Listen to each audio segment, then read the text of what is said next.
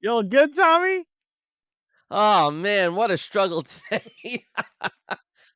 uh technologia. There's that thing on TikTok that you see when they show things, Yes. technologia. It's drives you crazy sometimes, but you gotta deal with it somehow. Yeah, I So mean, it's just wild how many pieces go into recording this podcast between all the digital connections, all the physical connections, all the lighting, the multiple cameras, the special mics, the special headphone, like all the stuff. And if one thing is out of sync, it messes all of it up. And trying to it diagnose that, messes it all up.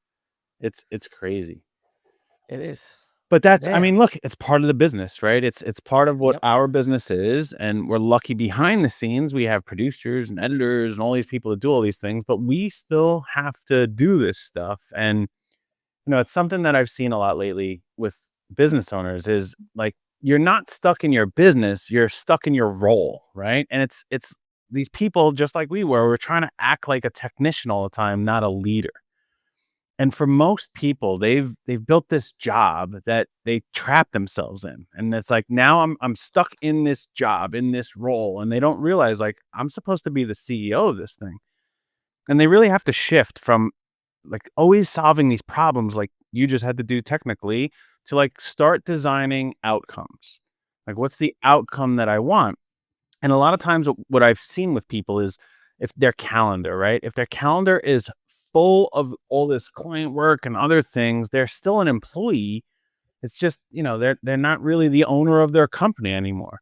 And even last month we were working with someone and, she finally realized that she wasn't really running a business. She was just doing a job under a new name, like she worked for another company, she started a business, she had this new thing, and now she's like, "Oh my gosh, I just have another job and my logo happens to be here." And that's really at that workshop what we gave her this clarity that she could shift absolutely everything to more of the intentional CEO mindset instead of that accidental CEO, you know? Absolutely. And a lot of times people they get so overwhelmed by all these things that they have to do. Like I just got overwhelmed doing this. And sometimes that overwhelm makes you feel lazy, right? But it's not laziness. It's you're just leading backwards. Most of the accidental CEOs just confuse doing more with leading better. And they struggle to delegate because they know they have to delegate in order to move forward, and they don't always have the people to delegate. And when you delegate and you give other people tasks and you bring on freelancers and you do that, you actually get your CEO brain back. It allows you to go into a CEO mindset, allows you to function as the CEO. And a lot of times when you get stuck in this, I got to deliver this, I got to keep going forward, I got to keep producing, you stay stuck in a survival mode, and that overwhelm becomes this need for survival. And the bottleneck is not that you're bad at your business, it's just you're just in a job that you never trained for, you're in a role that you haven't trained for, because you are accidental and you just got here. So it's really important that you recognize that if I offload some tasks, I'm going to get the right CEO brain back so I can do the things. And just remember, don't lead backwards anymore. It's really critical. I mean, for overwhelm, it's not really a productivity problem. It's more of a prioritization crisis. And these people are always like, I'm so busy, right? I'm busy with this, I'm busy with that. And it's like it's more of a lack of clarity than it is a lack of time. Because that's what they're always saying. I'm so busy, I can't do this, I can't do that. It's like they don't have this clarity because they're not really managing tasks or they shouldn't be managing tasks. They really should be more leading of what that outcome they want is. And I mean, that's what we do in our workshop, right? It's talking about what's going right, what's going wrong, what do you need help with, and then setting these priorities. And that's really what it is. If you can prioritize what you're going to do, then it's like, okay, I have clarity on the direction. I'm not busy, I'm productive at this point. And that's really the problem with most people is they have these giant to-do lists. And that when you have a big long to-do list, it is evidence that you don't have boundaries because If you have all these things on it, then you're not really being productive. You're constantly just putting out fires and handling tasks. You're not a CEO. The company's running you, you're not running the company. And we had a CEO at our workshop recently, and we got them to cut off about 80% of their to-do list. Remember, they had like 14 items, and I said, "Hey, can we get that down to 3 to 5 things?" And once they did that, they like recaptured the ability to run their company, which freed up time to allow them to go out and bring new opportunities back into the company. It's just overwhelm can kill you, but it's really prioritization is what you're not doing correctly. Well, the biggest productivity lie that's keeping you broke right now as an accidental CEO is that you think overwhelm is about time. And it's not about, we talk about time management. There's no such thing as time management. It's about your focus and your attention management. You're trying to be efficient and get things done, but you really haven't figured out what's effective yet. And that's what's really causing that overwhelm is you don't know what you need to do and how to do it effectively. Right. And a lot of people think, if I put too much structure in place, I'm not going to be focused and I'm not going to have the freedom to do the things that I need to do. So they resist putting structure in place. And the key is that the more structure you put in place, you actually get more freedom. You're able to get rid of that stress and that chaos and that burnout because you have structured yourself. And that's the liberating part of this. And we had a client that, you know, everything was color coordinated. She was obsessed with putting everything on her calendar, all color coordinated, but she was not getting anything done because her focus was being distracted so many different places. And what we want her to be able to do is get done in less time. But the key is when you stop building your business around tasks and you build it around momentum and gaining some traction, you're going to be more productive. So just remember, it's not about your time, it's about your focus and where you drive your attention. Yeah, momentum, a lot of that stall in the momentum, it really comes from this danger of what we call identity theft. And it's, imposter syndrome or whatever you want to call it. It's like, am I even good at this thing that I do anymore? And that, if you have that thought, it kills your momentum completely. And what most people are doing is they think that their business success ties directly to like this personal clarity.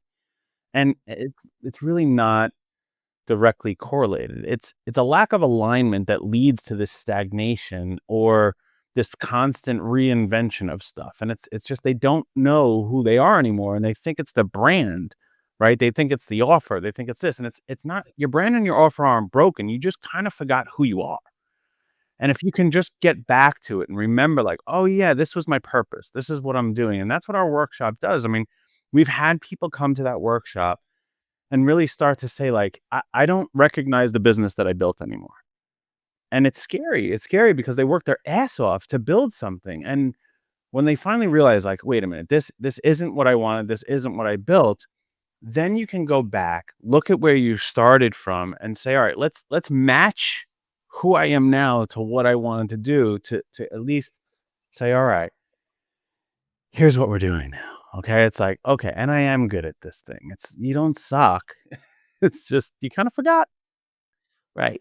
And it comes down to your beliefs. And as an accidental CEO, you go through so many beliefs that once were one way and now you start to believe other things. And one of the biggest things that we hear from people that attend the workshop is that they struggle with selling, right?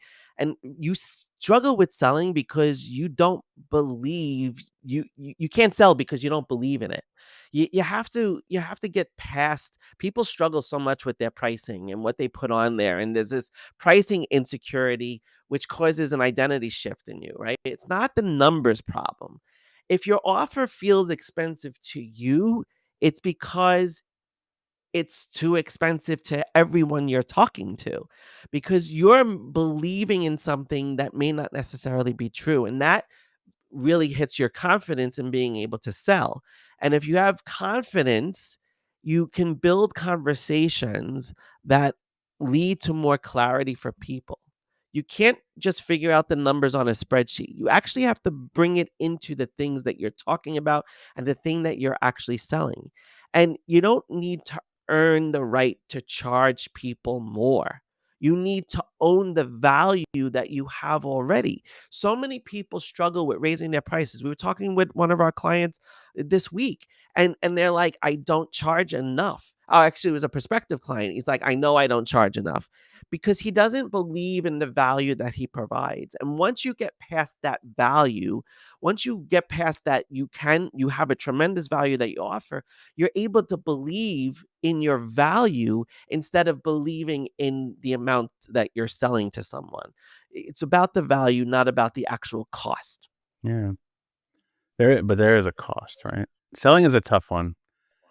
Mhm. It's because in the beginning when you're a founder, you don't wanna have to sell, but you kinda have to sell, and it's like your marketing starts to really suck when you don't know what you're selling. And then you have this offer confusion, which then stops you from producing content, which is most people's marketing these days.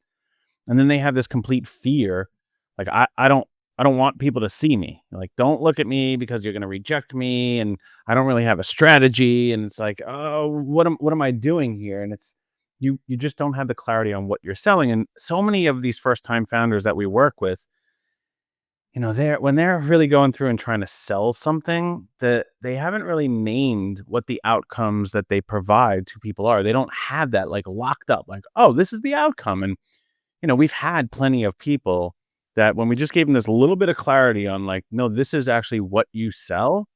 That's what changes everything. This is why people need you. That's what changes everything. And it's not that you're bad when you're doing that content, when you're trying to go out there and market so you can sell. It's just you're unclear about the promise that you're making to these people. That's absolutely what it's come down to so many people is just getting really clear on here's what I'm promising you, here's what that means, and then feeling confident about Well, it's also, if you're selling to everyone, you're serving no one, right? And so many people have these vague, very vague, not specific enough sales, and they think that being vague is actually risky, but being generic is even riskier. You have to be more specific. Your clear messaging isn't about limiting yourself; it's about liberating yourself. It's about letting the right people say yes to your offer. You're not Walmart.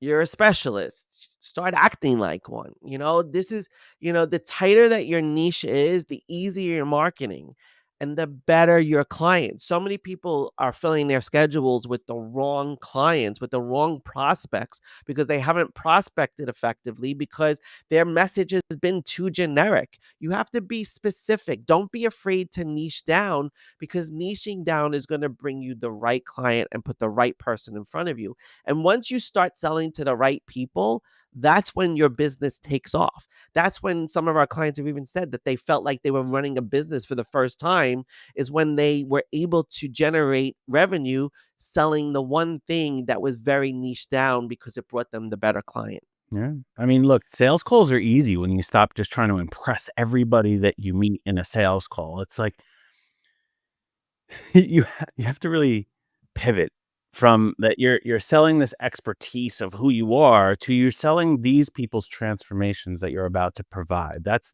absolutely the biggest shift that you can make. And too many of the founders that we've met with or worked with, what they're always doing is they're talking, talking, talking. They're not listening enough. And that's what we've always prided ourselves in is that we listen a lot and we ask very good questions and then listen to the answers. Because Right. selling is really just solving problems out loud, right? That's what you're doing. You're not convincing somebody to do something. You're solving this problem out loud. And too many people are losing sales because like they're coming into their sales meeting like a student trying to pass a test. And it's like, oh, did I pass or not? And it's like, no, it's not about you and what you've done and the evidence you have and all these great things. It's no, like, can I understand the transformation that you need, I can make for you, and that I hear truly what's attached to that. We had a founder last month that came to our meeting, and when she just pivoted from this, she was turning calls from no's to yeses like overnight without her having the pitch, just listening and finding about their transformation and be like, hey, by the way, I solved this problem right here. It's a drastic change when you can just you're impressive. We get it. We know it. You don't have to tell everybody. They'll know just by you transforming their lives. Well, accidental CEOs suffer from sales call anxiety, and there's such a big cost to that. You bring nervous energy on a call, it's no longer about the offer, it's about your relationship to selling. When you chase approval from stuff and from people, you are actually shrinking your authority. And that's what people don't understand. They think they gotta their people pleaser saboteur takes over, and they think they have to please that person. And what actually happens is you actually diminish your authority. Selling is just helping someone make a decision. That's it. That's all it's about. It's just helping them to get to a decision. And you don't have to be good at sales. You have to stop making it about you. You have to express your authority, help that person to make the decision, right or wrong. So many accidental CEOs want the yes answer, but sometimes the no answer is the best answer. And you have to be willing to fail and feel quote unquote rejected. But a no is a good thing just as much as a yes is a good thing. And once you put that into your life, get rid of you'll get rid of the anxiety because you're no longer making it about yourself. You're making it about the other person and helping them to make the decision. When you go on discovery calls, because a lot of people in our business that are in service businesses do discovery calls to see if people can work together, and a lot of people dread that stuff. But when you actually are listening, like you said, Adam, when people listen, when you actually listen and you help the person make the right decision for themselves, that's all it has to be. And that's it. That's all it takes. And you really start to thrive. I mean, listening is key, and it's everyone's looking, who do I listen to? And it's sometimes you don't even need a coach, you just need a mirror, right? I'm going to look at this thing, and because coaching, it isn't about advice, right? And that's what most people want, is they want this advice, but it's more about awareness. And there's so many founders that we've come across and that we've met with that they already know everything. They just don't trust it, right? They don't have this ability to trust it. And they need this accountability to reveal like who they really are under the pressure, what the things that need to be done. And they have the capability to do this. And it's like they don't need to get educated more. They don't need to learn all these new things. They just need that better mirror, so to speak. And a good coach, that's what they provide for you. They walk with you. They expose more of who you are, and it's tough. You got to take that honesty, and there's a lot of vulnerability that has to come with it. But I think when more and more of these accidental CEOs pivot from like I have to learn more information to I have to understand more of who I am and how I operate and what my capabilities are or are not, and deal with that. That's where the shift happens. I had someone recently that said to me, "Wow, I've never said that out loud." And it was like that moment for them is like they just admitted to the world, like, I have this problem, or I have this opportunity, or I have this ability."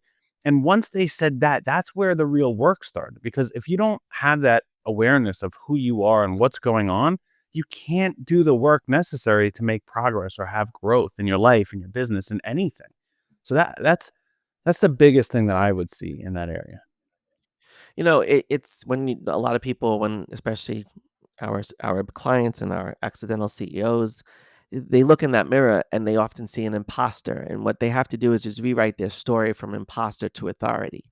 If you feel like a fraud when you start out as an accidental CEO, it's usually because you're comparing what's in your inside self to what everyone else's outside is. Right. And that comparison thing always gets us into trouble because it's a false sense of reality. So you wind up with this identity confusion, and it's very normal, especially at the beginning of your business and being the CEO. But recognize that it's costing you clarity, it's costing you confidence, it's costing you cash, it's costing you revenue when you feel like that imposter, and you have to reestablish your authority. Owning your CEO identity and embracing that CEO mindset of I'm the boss and I'm in charge and I'm going to do this thing doesn't mean that you're faking confidence. It means that you're deciding who you want to be. And we do this in one of our programs, in our Simple Focus program. We talk about who do you want to be? Who do you want your business to be? Because when you can translate who you want to be and understand who you and your business is going to be, then you possess a confidence, then you possess an authority. Authority doesn't come from a title. Everybody thinks this. I was even talking to somebody that was looking at changing careers, and they were like, I want a title. But title doesn't breed any confidence. What the authority comes from is your alignment and being able to convey that alignment to everybody that you're selling to, that you're talking to, that you're building relationships with. You know, you can't just wing it. We have some CEOs that like to just wing it, and they go and they wing it, and guess what happens? They cause all this chaos when they're trying to wing it, and things slip through the cracks. But when you become an intentional CEO and you start to control your environment and you start to put things on a calendar and you control what your team is doing, and you delegate what they're doing, and you can help your clients, truly help your clients with a better experience and help them to get where they want to be, then you have created an alignment and an authority that you are no longer an imposter, but the expert that that person has hired. Listen, every single Wednesday, we offer 6 very lucky individuals to come into our free accidental CEO workshop where we go through what's going right, what's going wrong, and what they need help with. And Tom and I give them very constructive criticism, advice, and guidance.